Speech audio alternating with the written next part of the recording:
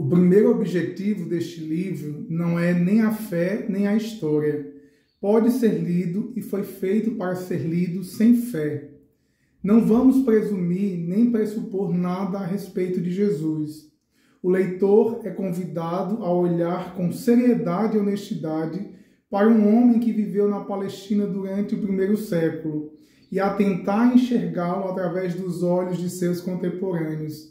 Estou interessado em apresentar o homem como ele era antes de se tornar o centro da fé cristã. Fala pessoal, eu sou Francis Marques Oliveira e você está no meu canal Universo Particular.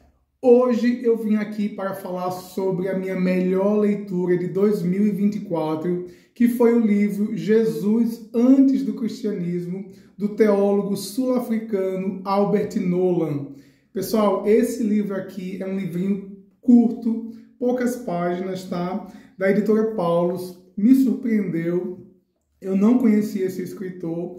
Descobri que se trata de um teólogo africano especializado na teologia da libertação. Saber disso é muito importante, porque é o que vai conduzir todo o viés ideológico do autor. Como eu li na citação inicial, a intenção do escritor não é falar de Jesus como fundador de uma religião.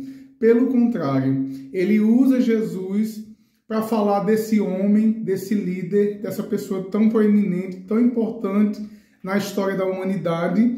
E ele diz que Jesus não pertence nem a judeus nem a cristãos. Jesus pertence a todos. Então, o convite dele é nos fazer refletir sobre a identidade do homem chamado Jesus. Quem foi Jesus? O que ele acreditava? Pelo que ele lutava? Então, brevemente, eu vou falar aqui minha opinião sobre essa obra e indicar esse vídeo. É muito mais uma indicação de leitura.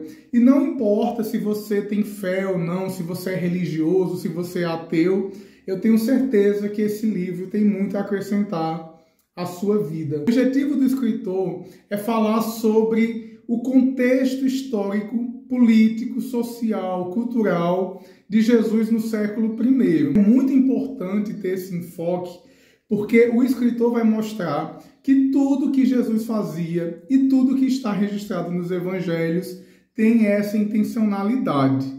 Esse livro causou muita polêmica, ele foi acolhido e elogiado por muitos, mas também ele foi rechaçado e criticado também pela igreja, de modo geral, principalmente pelos cristãos conservadores. A leitura é super fácil, bem fundamentada, é bem construída. O autor ele vai progredindo capítulo após capítulo na sua fundamentação. É claro que aquelas pessoas que não estão familiarizadas com o assunto talvez sintam-se um pouco deslocadas. E para aqueles que têm uma visão mais tradicional do cristianismo, talvez sintam algum desconforto ao longo da leitura. Porque o autor ele vai sugerir, por exemplo, que os milagres de Jesus eles tinham uma intenção, não era apenas fazer ali, aliviar a dor, fazer o bem, não. Jesus tinha sim esse objetivo, mas cada milagre era intencionalmente registrado, pois objetivava apontar as injustiças de sua época. Cada milagre que Jesus realizava era ele apontando o dedo para questões pontuais e sociais dos seus dias. É importante a gente ter em mente sempre as tensões sociais e políticas daquele período. Os judeus se encontravam debaixo do Império Romano, escravizados, explorados, tendo que pagar muitos impostos. Eles, como judeus, tinham uma religião monoteísta e estavam debaixo de um poderio politeísta. A esperança daquele povo era realmente que Deus enviasse o Messias, o Salvador, para tirá-los dessa condição de injustiça, de exploração. Então, meus queridos, Jesus é apresentado aqui como um líder comunitário, um homem preocupado com questões sociais, a pobreza, a miséria, as injustiças. Os seus ensinos, os seus atos, a sua doutrina, os seus milagres, tudo que ele fazia voltava-se para a questão social. Quando Jesus chama os seus discípulos, ele está preparando homens para levar adiante o seu ideal social e político. Aqui Jesus não é apresentado como um ser divino, Jesus não é apresentado como filho de Deus, Jesus é apresentado como um líder comunitário, uma pessoa que está interessada em unir e reunir os excluídos, os marginalizados e dar voz a essas pessoas. Então ele chama pescadores, ele chama pessoas simples para serem seus apóstolos. E essas pessoas são treinadas também a fazer o bem em prol de algo maior, que aqui é o reino de Deus. Então, o Albert Nolan é muito feliz nessa questão. Ele vai mostrar que o reino de Deus pertence aos pobres. E Jesus enfocou isso o tempo todo em seu ministério. A sua preocupação, a sua urgência era atender e reunir essas pessoas. Inclusive, a sua morte é representada aqui como um ato político, um ato de resistência. Ele realmente estava comprometido com uma causa social e foi até as últimas consequências.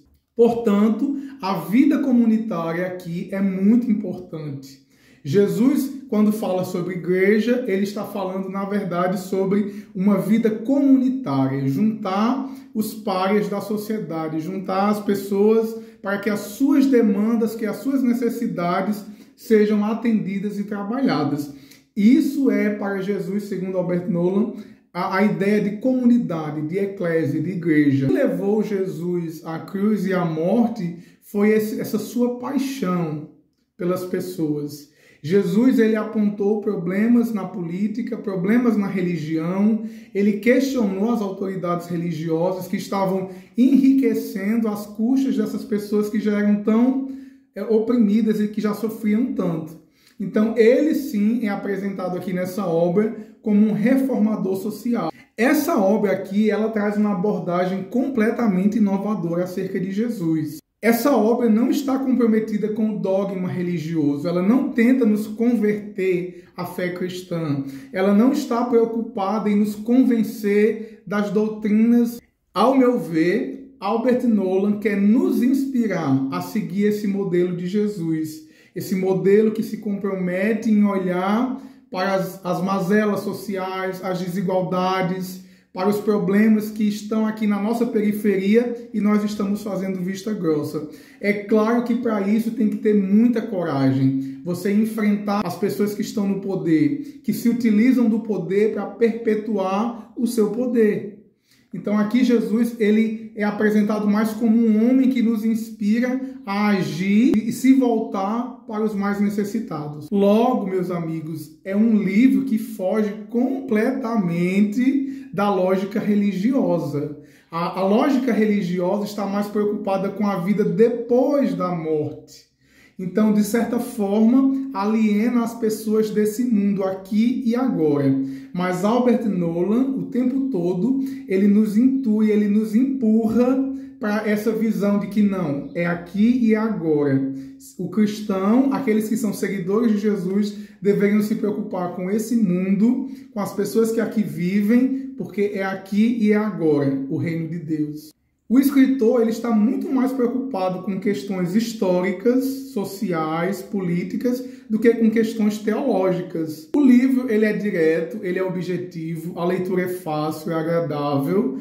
Pode parecer para alguns que o escritor está especulando ou forçando alguma interpretação, porque como você já vai ler sabendo que ele é um teólogo da teologia da libertação, porque a teologia da libertação ela é conhecida pelo seu enfoque não tanto nas questões da fé, mas muito mais na intersecção dessa fé que se volta para questões sociais e políticas.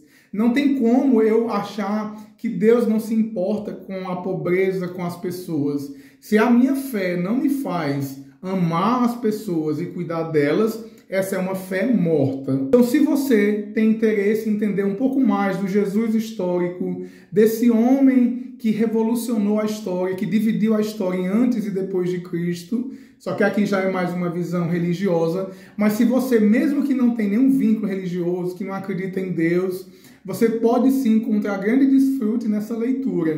O autor vai trabalhar a imagem de um Jesus que nasceu num período histórico, localizado numa cultura que vive entre tensões sociais, religiosas e que está ali voltado para ajudar a sua comunidade. Jesus não é apenas o Filho de Deus, o Deus encarnado. Nessa obra aqui, ele é um homem, um líder comunitário que tem uma missão e vai levar até as últimas consequências o seu cuidado com os pobres e marginalizados. Então tá aí, pessoal, isso é apenas uma indicação de leitura. Sem sombra de dúvidas, essa leitura foi a melhor leitura do ano de 2024. Foi muito bom ter lido essa obra. Inclusive, quero ver se o Albert Nolan tem outras coisas publicadas aqui no Brasil também. Então, espero que vocês tenham gostado. Beijo no coração e até a próxima. Valeu!